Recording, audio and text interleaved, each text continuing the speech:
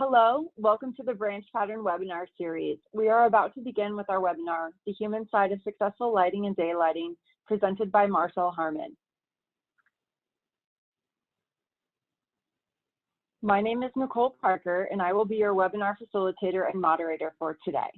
Before we start, I would like to go over some housekeeping items and do a quick introduction to BranchPattern. Today, we are using Zoom webinar. As an attendee, you cannot turn on your audio or video. However, we are still looking forward to your participation. There are a few ways that you'll be able to participate in today's webinar. On the bottom of your screen, you'll see a toolbar with a few icons. Let's go through those quickly. First, there is an opportunity to chat either the panelists, which are Marcel and Marcel, or the entire audience. It's up to you how you would like to communicate as we present today. You will see that I've already chatted with you. Today's AIA course number 1016. There's also a Q&A where you can ask questions either anonymously or by using your name. I'll be answering those as I can via typing throughout the presentation. And at the end, we will have time for Marcel to answer your questions live. There will be moments in the presentation where Marcel will ask you to use the raise hand function to get a sense of who has experienced a specific situation or who is in the room, for example. Finally, there will be polls throughout the presentation we will use to gauge the audience on your opinions. As you answer those, you'll be able to see the results come in live. Yeah, we got a fair mix, mostly architects, and engineers, some owners and facility managers, right? And some other, a few contractors. Yeah, that's good. Upon the completion of this webinar, your browser screen will automatically turn into a survey. We also will be emailing the survey to everybody once the webinar is done. If you answer the survey, we will report your AIA hours for you, and you'll receive the slide deck. We encourage you to take the survey so that we can improve as we are hosting an additional webinar after this one today. Our name BranchPattern is inspired by the natural environment and how we use the natural environment to influence our design. Humans are innately fascinated with fractals, or repeating patterns, and we can use our fascination and observation of nature to improve our designs. A great example I like to think of is how a tree transports water and nutrients from its roots to its leaves. It optimizes the transfer by its shape and by its branching. I wonder if we can reshape our ductwork to have curves like a branch instead of 90-degree angles to optimize the flow of water or air. By using nature to influence our design, we can create better spaces. Throughout our firm's history, our purpose has been improving life through better built environments. This is our mantra, and we use this message to influence everything we do as a firm, as engineers and scientists. BranchPattern is a building consultancy made up of many specialisms. Here you can see them listed. While you'll only hear about a few specialisms today, it's important to know about the breadth of services that we offer, which allows us to contribute to many aspects of building design. Our beliefs are rooted in nature, which has taught us that true sustainability sits at the intersection of human experience and environmental stewardship. Today, you'll hear from our presenter, Marcel Harmon. But before he begins, here are a few fun facts. Marcel and his wife, Michelle, love martial arts and once performed at temples in China. You may see Marcel and his son, Connor, at a Disturbed or Metallica concert as they both share a love of metal music. Or you may catch Marcel and Amara, his daughter, watching an episode of Doctor Who. Marcel holds a PhD in anthropology and a Monty Python reference to really sum up Marcel and his family. And now it is my pleasure to introduce our expert, Marcel Harmon. Thanks, Nicole. Before moving on, I just got to briefly comment on this image here. So it's one of those, odd, awkward, mid-action images that gets caught in. For me, it looks like, I'm seriously thinking that my colleague, Stuart Shell, and I are getting ready to face off in a kung fu duel here. I mean, looks like we're about ready to get into the stances. He's got the whole holding ball Tai Chi move from going on there. So yeah, it's almost like one of those New Yorker cartoons where they wanted you to submit a caption. So actually, if you find yourself your mind wandering during the presentation, hopefully not, but if you do, maybe think about your own caption, submit it. Maybe we'll review them at the end as well and see who wins. Okay, kidding aside here. let's get started. So here's the obligatory showing of the learning objectives. I'm not going to read them for you right now. Basically, we're going to be covering them, but through an anthropological and evolutionary lens. So to start things off, let's talk a little bit about the relevant human factors at play, how they came to be, and why it's important to know that. And just so we're all on the same page, physiological factors deal with the mechanical, physical, and biochemical functioning of the body itself. Examples include respiration, the constriction of muscles and extremities when we get cold, or the pupils dilation under low light conditions. The psychological factors refer to the mental or behavioral characteristics of individuals or groups, but typically in relation to what it is to be human, right? It's common to all of us, than the specific culture groups. Psychological factors are also associated with the structure of the mind, how it functions. These are often closely intertwined with aspects of our physiology, such as the human visual system that's laid out here, which is composed of both sets of factors. Right? Now, physiological and psychological factors provide some of the base level constraints for thermal comfort, visual comfort, audio comfort, and both form part of the basis for AIA standards, ASHRAE standards, others as well. And the eye, as well as other aspects of our visual system, right? It's this amazingly plastic, adaptive set of physical traits. It's really cool.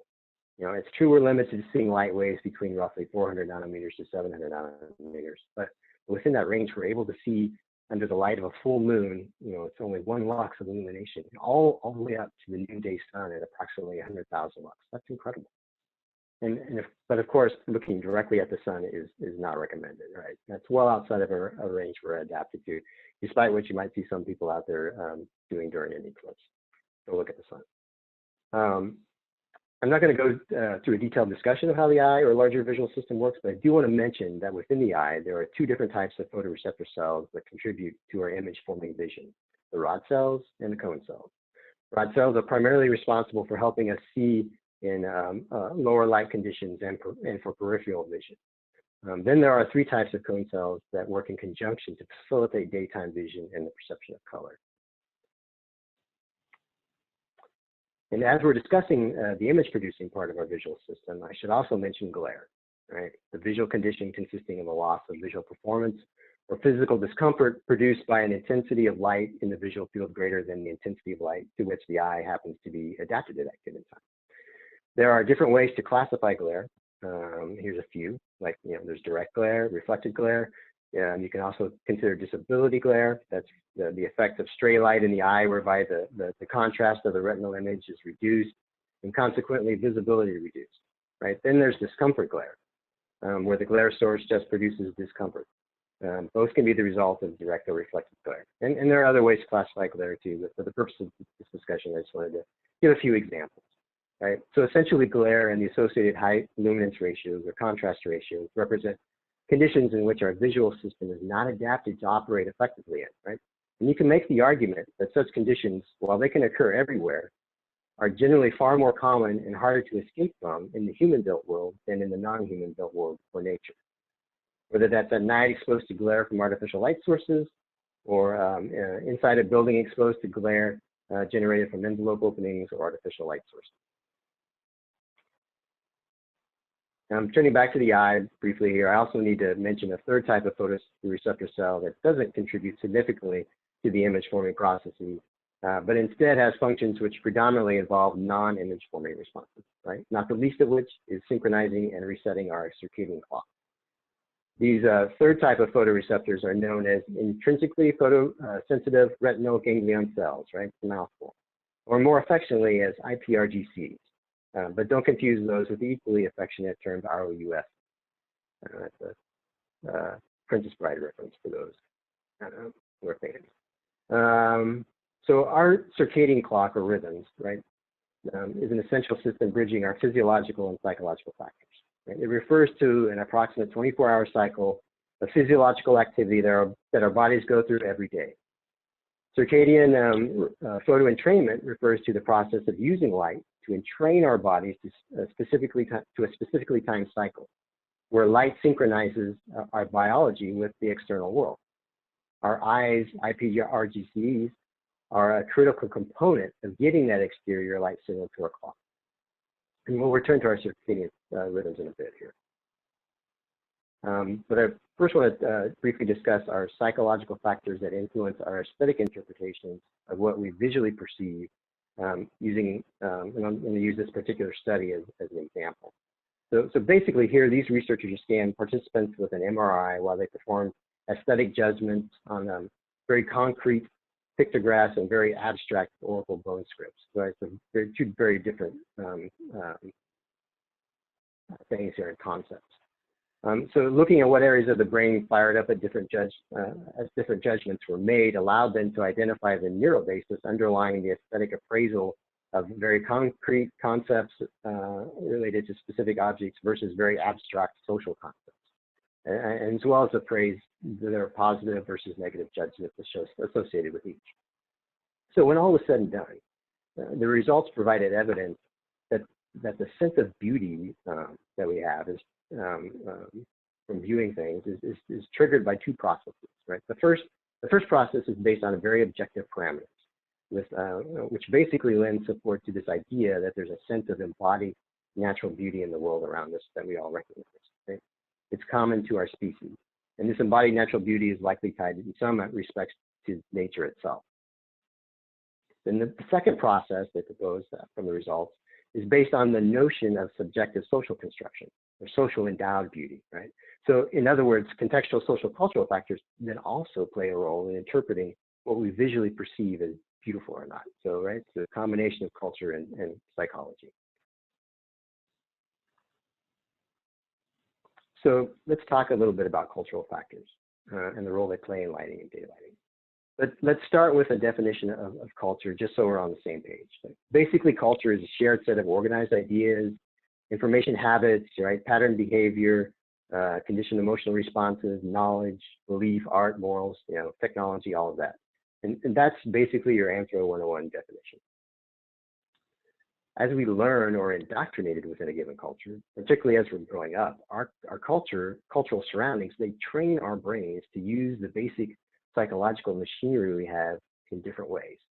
And that influences how our perception of the world around us, how we interact with others, how we perform tasks, all of that, right? Culture is actually generative of the experiences that we have, and that includes visual and our perceptions of lighting.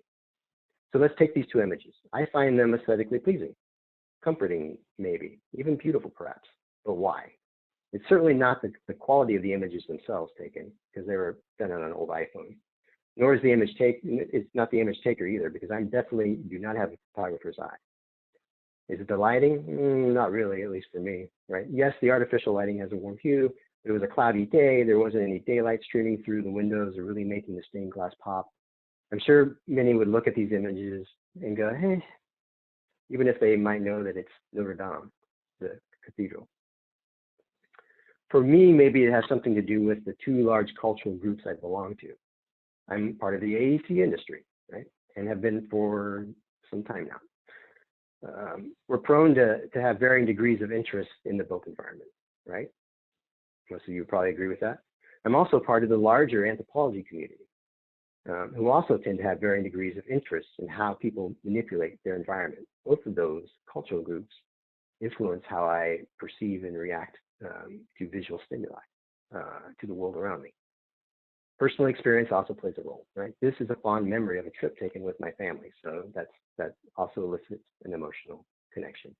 And on top of that, these are views we no longer get to see since the cathedral tragically burned. So viewing these images in that context elucidates another set of emotional reactions, right? A sense of loss and a connection through that image to what was.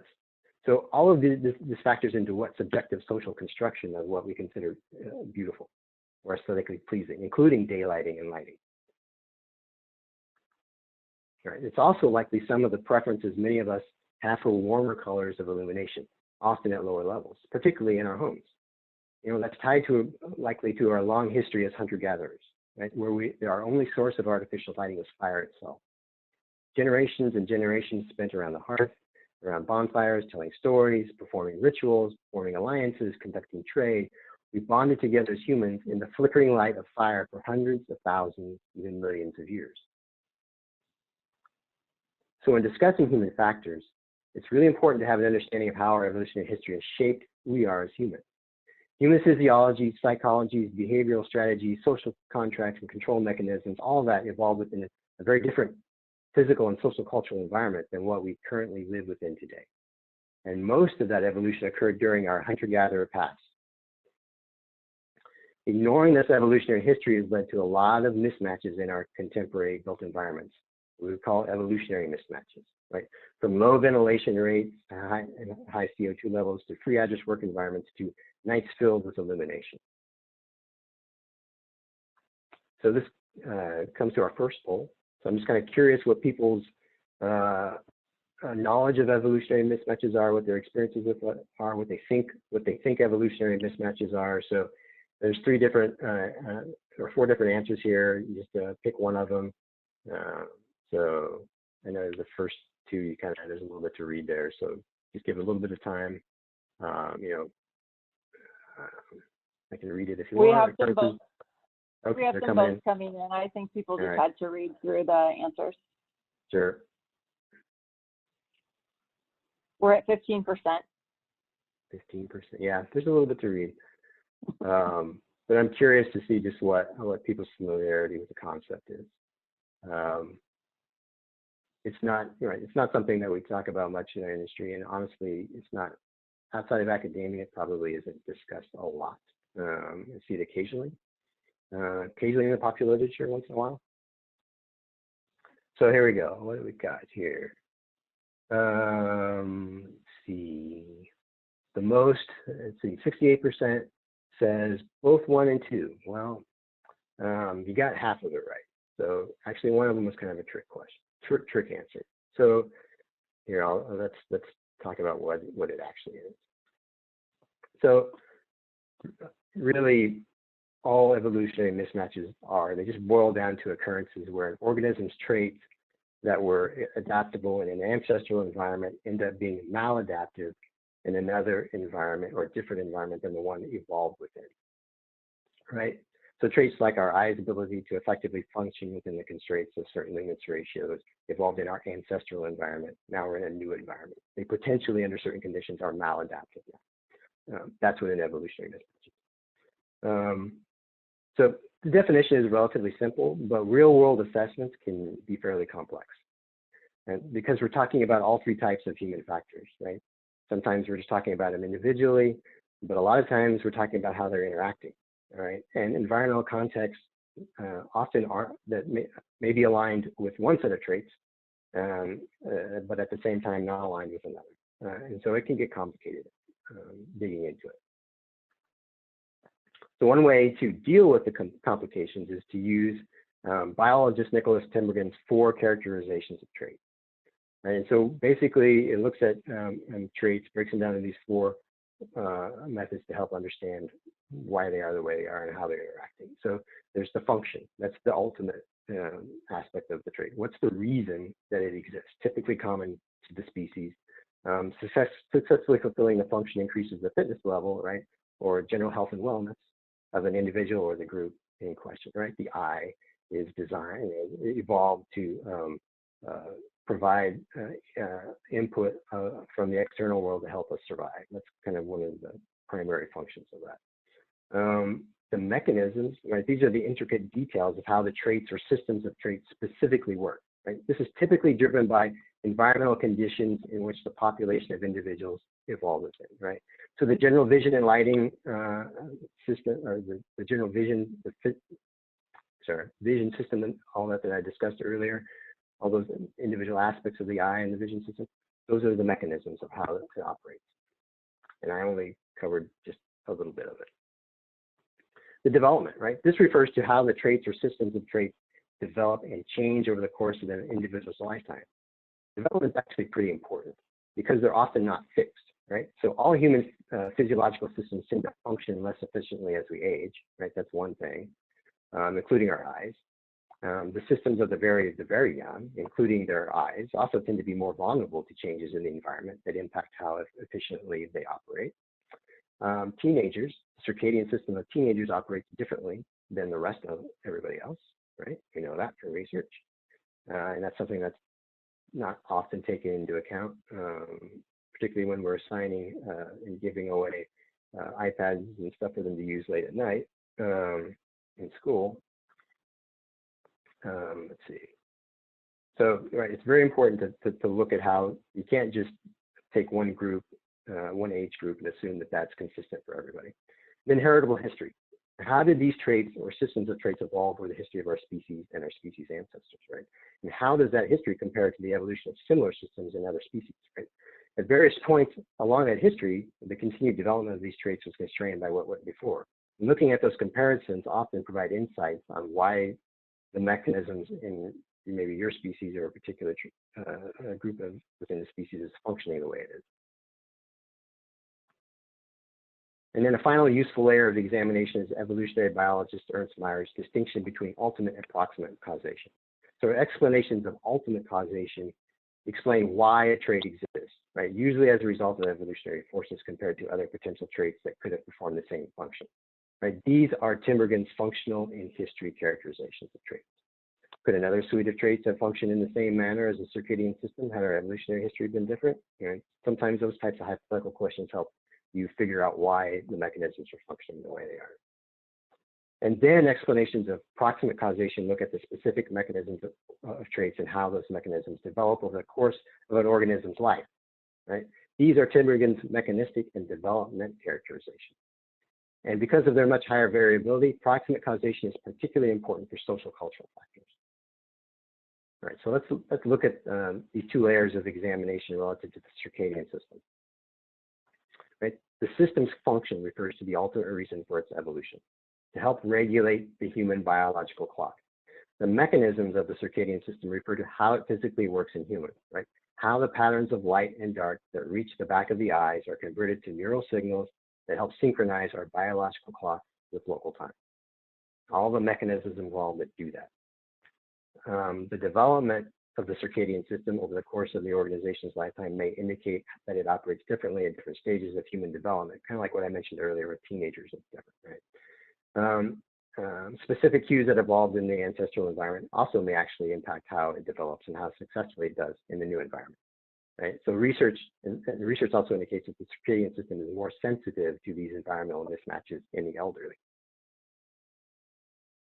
And finally, its heritable history refers to how the circadian system evolved over the history of our species and our species ancestors, and how it compares to the evolution of similar systems in other species. And so the mechanisms and development aspects of our circadian system, they evolved over the course of our evolutionary history, spent primarily outdoors, right? That's the ancestral environment, adapting to and making use of the environmental cues over the day-night cycle. But now we spend over 90% of our time inside under electric illumination with spectrums and intensity levels that vary significantly from what we experience outdoors, often extending well into the night, right? That's the new environment, right? So our circadian system mechanisms and development aspects aren't adapted to function as well in this new environment, with negative health and productivity consequences as a result, right? And most of us have seen the studies equating different aspects of lighting and daylighting with individual productivity and health, from screwing up our circadian system to the impacts of glare, to the impact, and also the impacts of good quality daylighting and having good access to views, right? But it goes beyond those individual impacts.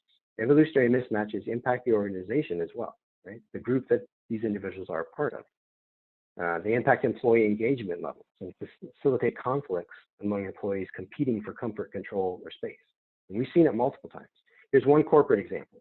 And while issues with lighting and daylighting were just a component of the facility issues involved with this, nevertheless, all of that together contributes to a less shared identity, less cohesiveness among the employees, and as well as an increase in conflicts, right? There are costs to evolutionary mismatches. So now let's take a look at some specific examples of lighting and daylighting mismatches. That shift work lighting is a pretty big evolutionary mismatch. Here we have an example of social cultural factors, right? Society's desire or need for working outside of the traditional 9 a.m. to 5 p.m. workday. That leading to modern environments that are mismatched with how our circadian system evolved to function. For shift workers, right, their wake-sleep cycles are out of sync with the natural day-night cycle. Shift work may consist of early morning, evening, or night shifts. and they may be regularly scheduled or rotating shifts. That's even worse, right? So not only are you not within the normal one, you're changing a lot. So research suggests that shift work is associated with insomnia, right? Lower performance and increased risk of workplace injuries, cardiovascular disease, diabetes, autoimmune disorders, and specific types of cancer, right? That's some of them. And those are, right, those are just some of the health costs of shift work lighting. Now electric lighting offers, and sometimes depending on the situation, there's some ways to integrate daylighting into it as well, but it offers the potential to mitigate some of the negative impacts associated with shift work, but unfortunately not all. And a client actually came to us with this question: how could lighting be used to improve things for shift workers? So we dug into it and put together some recommendations that live in this white paper on our website. So if you're interested in seeing those, I'd recommend taking a look at the paper. It's not very long. I don't really have time to go into all of them in detail here. Inadequate daylighting control is a common evolutionary mismatch that we see in our pre and post occupancy evaluations and workplace studies. Right? Creating illuminance ratios and glare conditions our visual systems didn't evolve to function in, that often have to be experienced for significant portions of the day. Right? And this example here, it's a particularly egregious example. In this New Mexico high school, for budgeting reasons, they delayed installing a large portion of the interior blinds shades until a few years after occupancy. This unsurprisingly resulted in an excessive amount of glare experienced by a large percentage of the campus's population. Right? 30% of the teachers' staff indicated they had to deal with reflected images of windows as well as direct sun on their work surfaces, monitors, and smartboards. 22% of the students indicated that the glare contributed to them feeling ill, particularly associated with headaches and eye strain. Right? Even high-end offices, we sometimes see problems with glare and a lack of adequate daylight control. And maybe some aspects of the architectural elements used for daylighting control were inadequate, or the shades didn't block out enough light, or not enough sufficient modeling was done, or something was missed in the modeling, or just something happens after, that's completely out of everybody's knowledge to begin with, right? That you need to go back and learn about and correct after the fact. In a lot of open offices, there's often resistance to adjusting manual shades due to social cultural factors. Right? We all have an ultimate need to control our personal environment. That's common to our species. But in situations like this, where the adjustment of a shade can impact multiple people, the shades often remain in one position for long periods of time, regardless of daylighting conditions. Right? Because occupants are sometimes afraid to upset their neighbors or to even just ask the question, right? Or they simply don't want to have to take the time to ask, because often they really need to ask like multiple people. So every time they want to adjust the shade, they feel like they need to ask a lot of people. That's a pain, right? And some occupants may be bolder and just have little issue making adjustments. And so in that case, they may potentially irritate their neighbors or lead to conflict, right? So, without clear protocols, organizational protocols for how to deal with such situations, they often have some degree of negative impact on visual and thermal comfort, as well as just working relationships.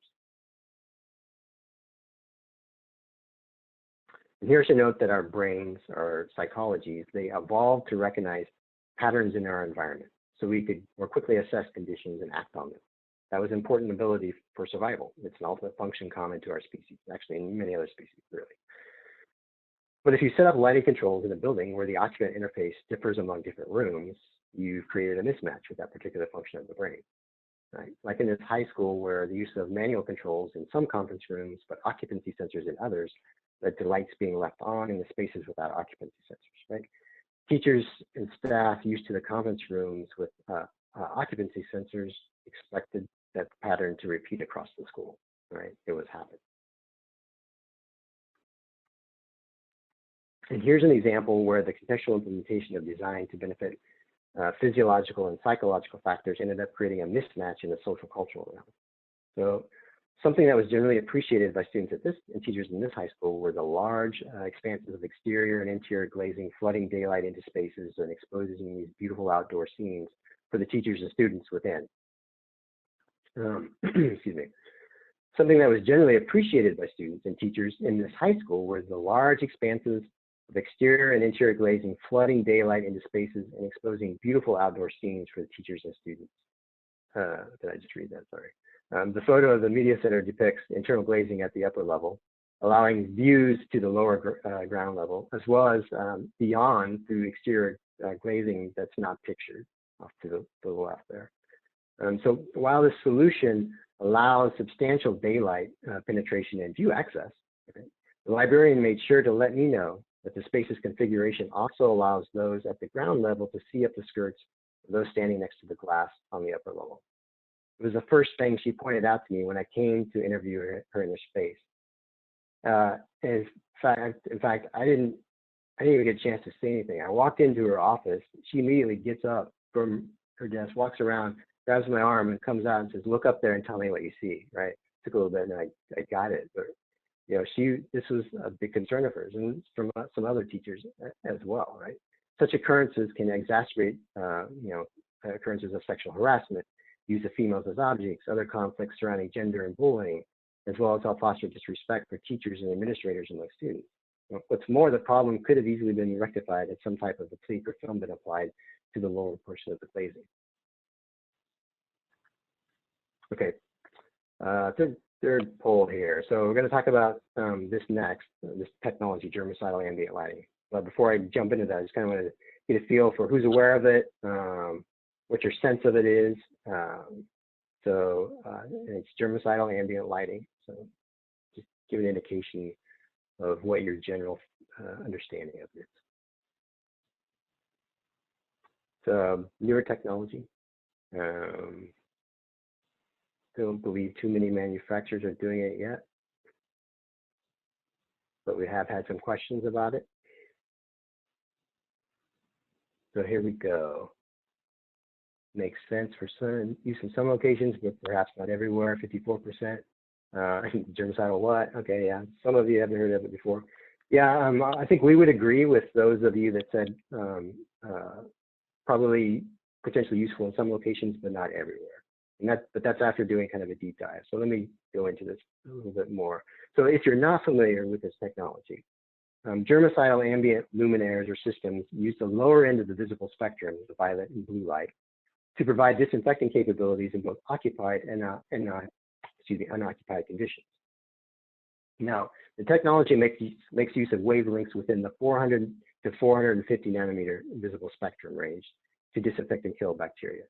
This narrow germicidal range may be blended with overall white light so that it can function as a primary source of ambient light, or it may be employed alone in fixtures at a higher output during unoccupied conditions, such as overnight, to maximize disinfection. Or you can have both modes in a single luminaire. So you have kind of a day mode and a night mode. So one of our designers was asked by a school district if it made sense to put these throughout their schools, right? In classrooms, lunchrooms, other normally occupied locations. So we did a deep dive on the topic, reviewing the scientific literature and talking to researchers as well as manufacturers. We wanted to see if there was a possibility that their widespread deployment could have unintended health consequences. Could it create environments misaligned or mismatched with human physiological needs that have evolved over the history of our species? And we turned the results of that deep dive into a fairly extensive article looking at the technology through an evolutionary lens. And it's on This View of Life, their online magazine. I think the link is there at the bottom. We'll share the PowerPoint afterwards. So if you're interested, take a look at it. I'll discuss this to a little bit to a degree. Basically, after some initial examination, kind of looking at what we thought was involved, what were the relevant factors, we set out on assessing the technology relative to these 5 questions here.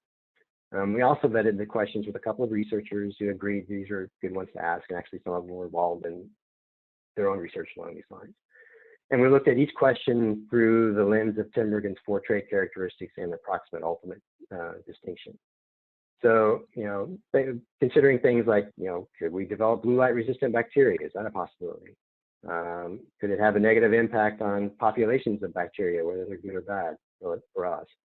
Are there potential direct damaging impacts on, to our eyes and our skin cells, basically from long-term and repeated exposure? And then could the widespread implementation of such luminaires could impact our immune system?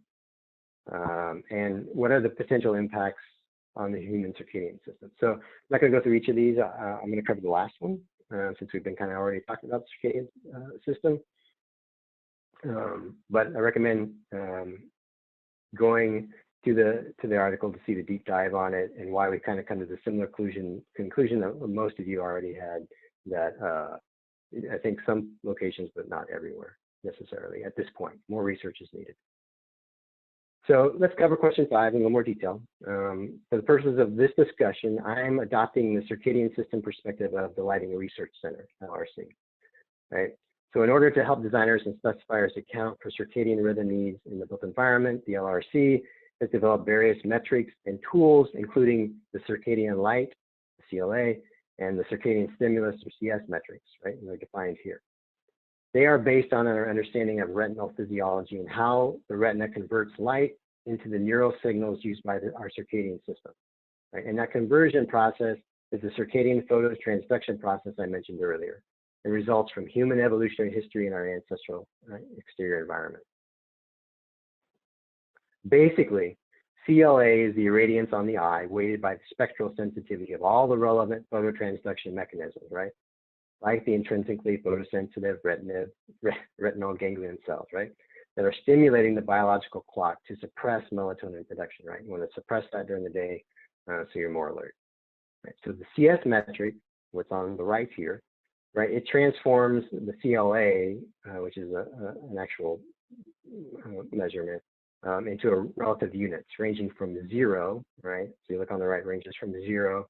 That's the threshold for activating the circadian system, to 0.7. That's response saturation.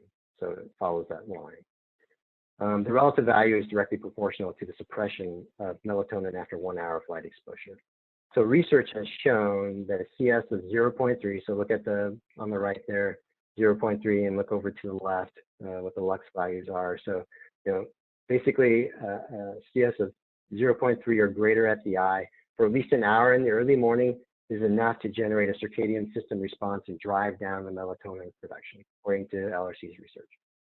General recommendations are to provide a CS of 0.3 during the morning through early afternoon, and then reduce to less than 0.1 by late afternoon, right? So to help at that point get that melatonin getting ramped back up so that you're getting ready in the evening for sleep. Okay. So considering that, is it possible for the blue light, the stimulus blue light to function under those conditions, right? So the Lighting Research Center has developed a CS calculation tool. It's available online. They have an Excel version too that you can download for use by designers to help select the best light sources and light levels to achieve the right circadian light exposure at the right time of day. So you can use manufacturer supplied light source spectra, and that could be including spectra for germicidal ambient blue light sources, along with other sources, obviously. And designers can calculate then the CS and CLA values. Now, and during the research, I never was able to obtain spectra for a germicidal ambient light source. But one manufacturer did indicate the white visible light disinfection spectrum used in their luminaires has a CS value of 0.121, and assuming a pupil luminance of 100 lux, which is in the middle of the illuminating IES's recommended range for vertical luminance values in an office environment. So I use that to help do some of these initial calculations, so to at least kind of get a feel for the possibilities. So basically, we're trying to figure out if the blue light could perhaps function in some manner like a tunable luminaire, like it's depicted here, where you can program it to deliver customized CS dosage schedules over the course of a day, right? And that's what's depicted in this figure here. So we need additional calculations, and we need the actual spectral information for a specific luminaire. But based on what they did provide, it does suggest that through dimming of these blue light luminaires, potentially combining it with changes to color, temperature, or other LED variables, maybe the CS value could be lowered enough to meet the late afternoon, evening recommended CS values if the fixture is dimmable. However, luminance levels low enough to meet this recommendation may not be enough to meet other visual tasks or space-related needs under those conditions. Nor may the lower levels be intense enough to provide the intended germicidal function, right? You have to verify this with the manufacturer after actually doing the CS calculations, after you've gotten all the spectral data. Now, whether or not illuminator's full intensity is enough to meet the Morting recommended CS values would also have to be verified through calculations. If the recommended values can be met, the desired morning circadian system response then would have to be generated through some other means, not these fixtures. So basically, there's potential for germicidal ambient blue emitters to be used in a manner that doesn't have a negative impact on our circadian systems, doesn't create a mismatch, but there's a lot of unknowns and other variables at play that would have to be further verified, right? It depends on the specific fixture spectra, the use of dimmable systems, specific occupant tasks, specific space configurations. There's a whole bunch of ifs, but it's possible. And I'll tell you, the answer to this question was probably the least problematic for the germicidal compared to the other questions, particularly three of them. I think it was 1, 2, and 4. But there's indications that there's problems with some of those questions, the answers to those questions, and definitely indications that more research is needed to fully answer them. So I think, lots of regularly occupied spaces where you have potential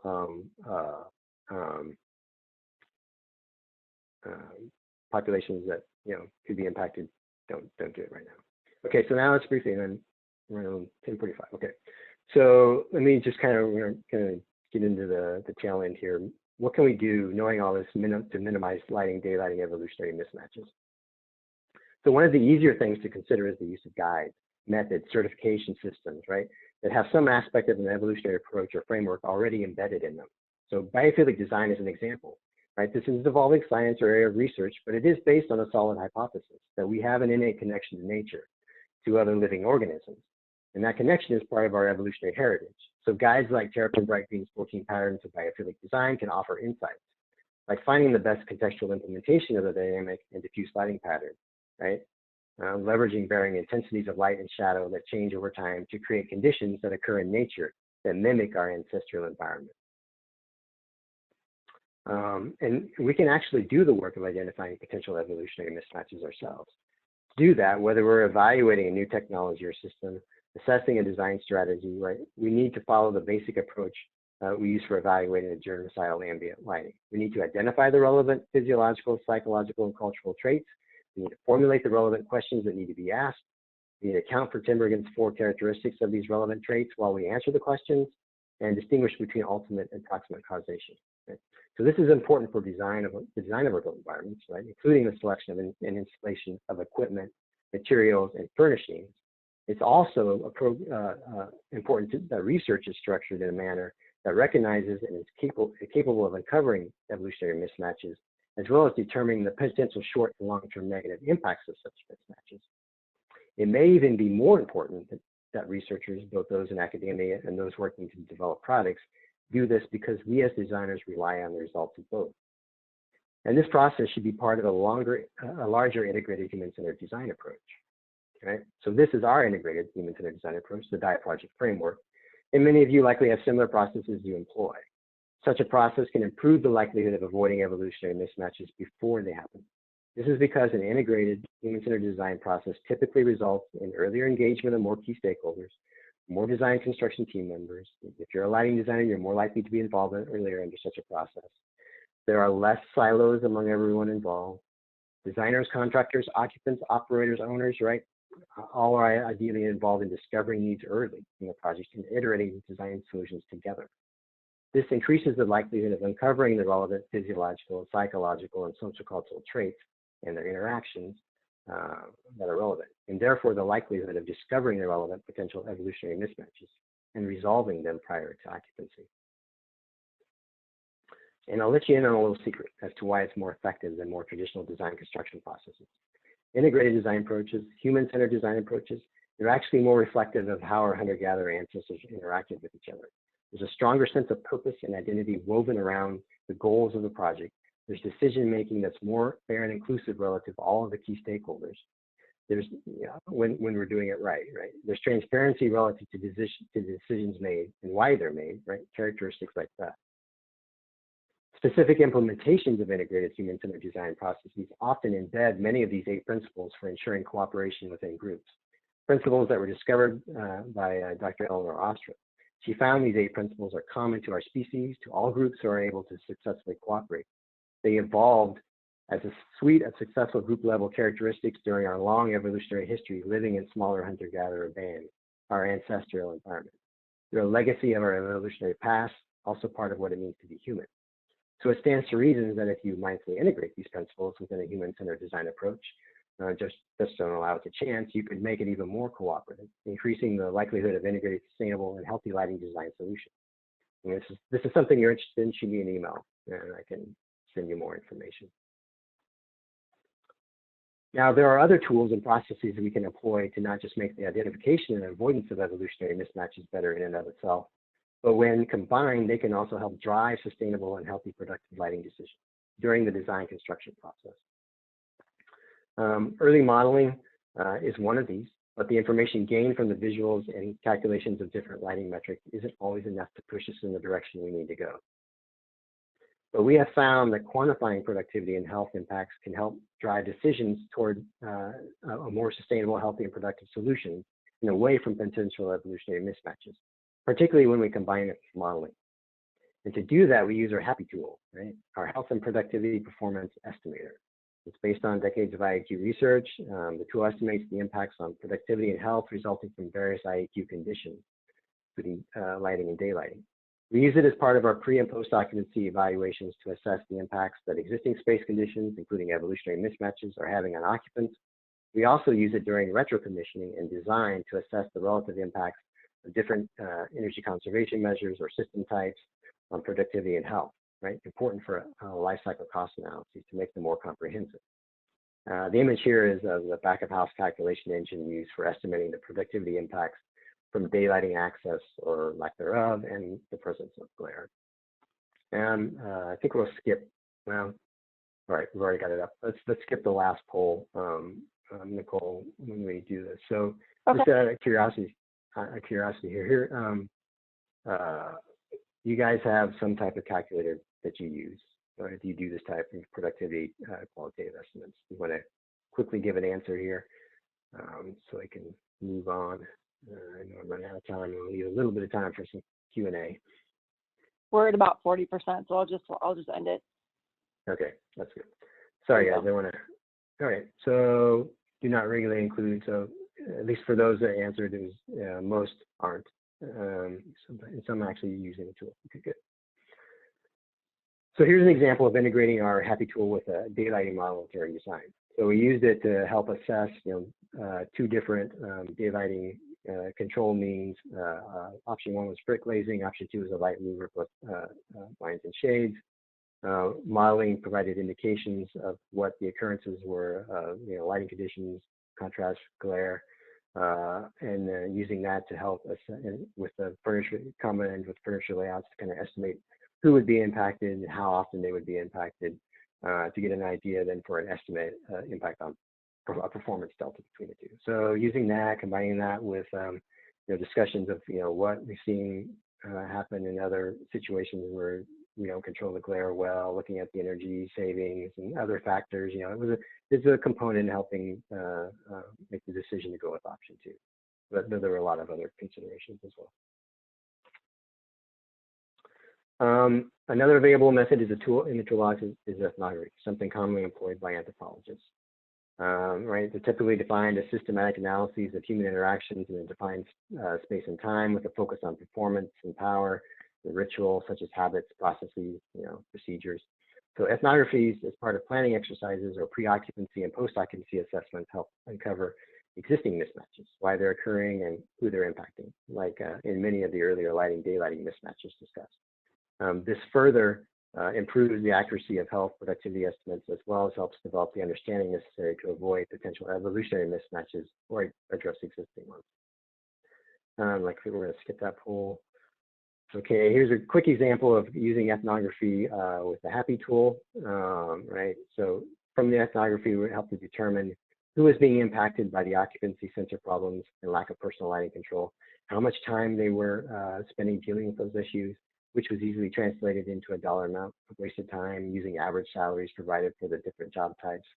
The HAPPY tool is used to calculate the estimated productivity impacts from dealing with the evolutionary mismatch, the lack of personal lighting control, and both of which help demonstrate the importance of implementing the improvements that would ultimately address these problems, including the evolutionary mismatch. All right, to summarize, these are several things we can do to minimize the potential of lighting and daylighting evolutionary mismatches, right? We can make use of guides, methods, certification systems that have some aspects of an evolutionary approach or framework already embedded within them, right? Like biophilic design. We can do the work to identify the potential evolutionary mismatches. We can make use of integrated human-centered design approaches. We conduct early and comprehensive engagement as part of that process, as well as conducting lighting and daylighting modeling. We can calculate estimates of productivity and health impacts, and we can integrate ethnography. And this is where a lot of similar webinars would end. And I know I'm about out of time, but I just want to briefly add a little epilogue to this. Now, I want to push this a little farther, because identifying potential evolutionary mismatches, quantifying productivity and health impacts, making use of ethnography, while that can help drive these decisions in the direction that we need to go to avoid them, they're not always effective, right? Because there are typically constraints that all of us as consultants, building owners, contractors, facility managers are operating within as part of society.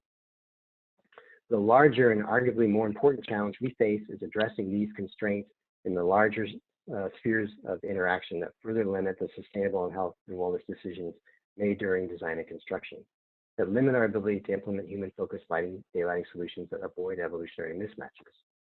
Right? So what if, or maybe the destabilization we're experiencing from the coronavirus is providing some insights into how we could make needed changes into these larger spheres of interaction. In some circles, the virus has created a very real sense of urgency, shared purpose, and unity to address it, sparking rapid change and action, including within the AEC industry. And maybe we can capitalize on this some manner before the sense of urgency felt by many building owners, facility managers, and community leaders to address the immediate threat of COVID-19 in their facilities fade once we're through the crisis, right? What if instead we awoke each day with a shared purpose and generosity that we often have in times of disaster, to see the future ahead of us as common future, to see our planet and our communities as a common home? How can we mindfully apply lessons from the behavioral sciences and evolutionary history to increase this capacity? Because there are lessons there to help align our larger spheres of interaction with how our hunter-gatherer ancestors interacted with each other. This is where the 8 principles of cooperation came that I shared earlier. There are organizations looking to apply these at the community level and larger. The AEC industry definitely has a role in helping us move forward through education, application, advocacy, activism, applying what political and economic clout we have to making change, all of it. We need to help make some version of this, the shared purpose and generosity. We need to make some version of it the framework, the worldview in which project decisions are made, so that we can better avoid lighting, daylighting, evolutionary mismatches, right? We have to think beyond our day-to-day lighting, daylighting design tasks. And ultimately, we have to do that so that we can do the day-to-day better. And so our industry can do what's necessary to address climate change. And that's actually the granddaddy evolutionary mismatch of them all. Okay, sorry. This went a little longer than I wanted, but we have reached the end.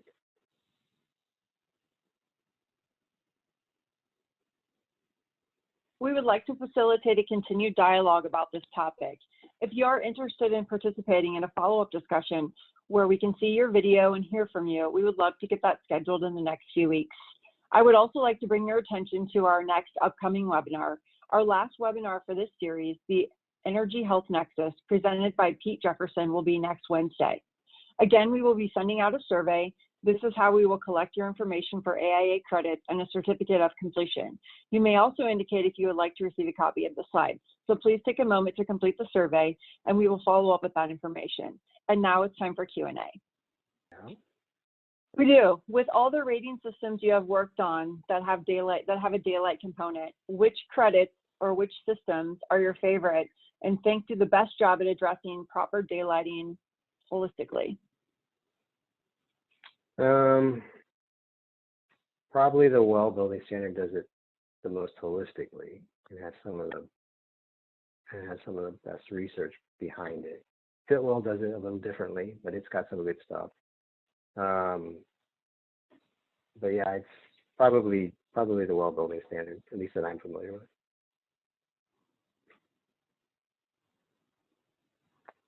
They have a whole series of credits that deal with different aspects of lighting, including circadian system lighting, different levels, avoidance of glare, high contrast ratios, and then also getting into aspects of views, how that's beneficial, a few other things. But it's it's a lot of evidence base that goes with it as well. We have one. Can you comment on gender-specific differences when it comes to preferred lighting? Gender-specific differences. So I haven't looked a lot of research that's asked that specific question. When we've in our own fieldwork, POEs, evaluations, when we're comparing the data, we don't typically find statistically significant differences in answers of lighting impacts between genders. My thoughts is probably, if it is a factor, it's a pretty minimal. I think there's a lot of other things that are going on that impact one's preference or one's reaction. Yeah. There's another one. If one wanted to learn more about designing intelligent human-centered lighting, but some of today's info was a bit overwhelming, is there some recommended place to start? Yeah, don't feel too bad if you thought this was overwhelming. I also approached it from a totally different perspective. That's not typically thought, and it's not typically viewed through this lens. So part of it may just because it's foreign, right? But I think it's an important lens to look through that provides some additional insights. In general, for human-centric daylighting or lighting design in general, let's see, I'm drawing a blank on some specific references. I know I could put some together easily and send them out with the PDF that goes with this. But there's some references within the well building standard that would probably be useful. In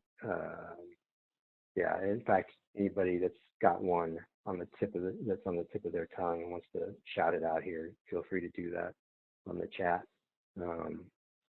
But I could relatively easily put some together too and send them out afterwards. That's a good question. And Rochelle, we can reach out to Rochelle. Rochelle answered that question. So cool. There's another one. Can you talk more about case studies where you have implemented proper daylight or lighting and then measured afterwards to see a difference in a behavior? So we haven't done a lot of like before and after where we were involved within both the before and the after. So typically we're coming in before, doing something, occasionally doing some assessments, some basic assessments after the fact. We have a couple of POEs that we're waiting to finish that we were involved in the pre-assessments. But it's unfortunate we don't have a lot of actual examples where we have the full longitudinal range to draw from for our own cases. But a lot of in general, what I've been seeing, a lot of the behavior is driven relative to, if it's not meeting needs, figuring out a way to meet the needs. And those often end up resulting in different types of conflicts within an organization. Whether it's a school or a corporate office environment or a federal government building, whatever it is, right? People are going to find a way to meet their needs. So I guess that's the short, or maybe that's the long drawn out version.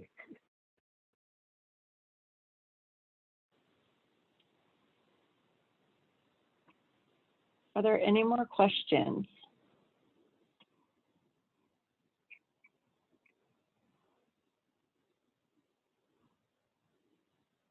I don't see any more. Oh, there's one. Is there any studies on the use of glare reduction strategies that block views to the exterior with the pros and cons of eliminating views but inviting more light into the space?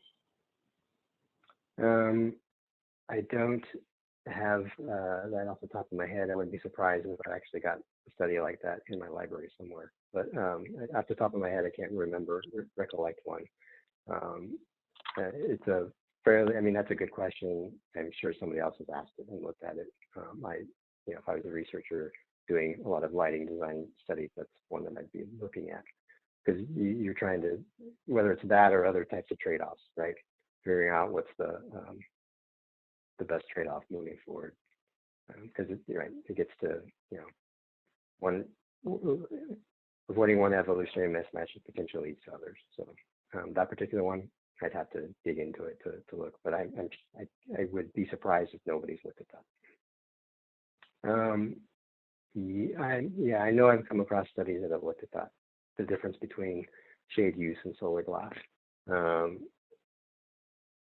I probably have some in the library. I can't think of, it's been a while since I've read them, so I don't remember the details. But yes, there are studies out there that have already looked at that.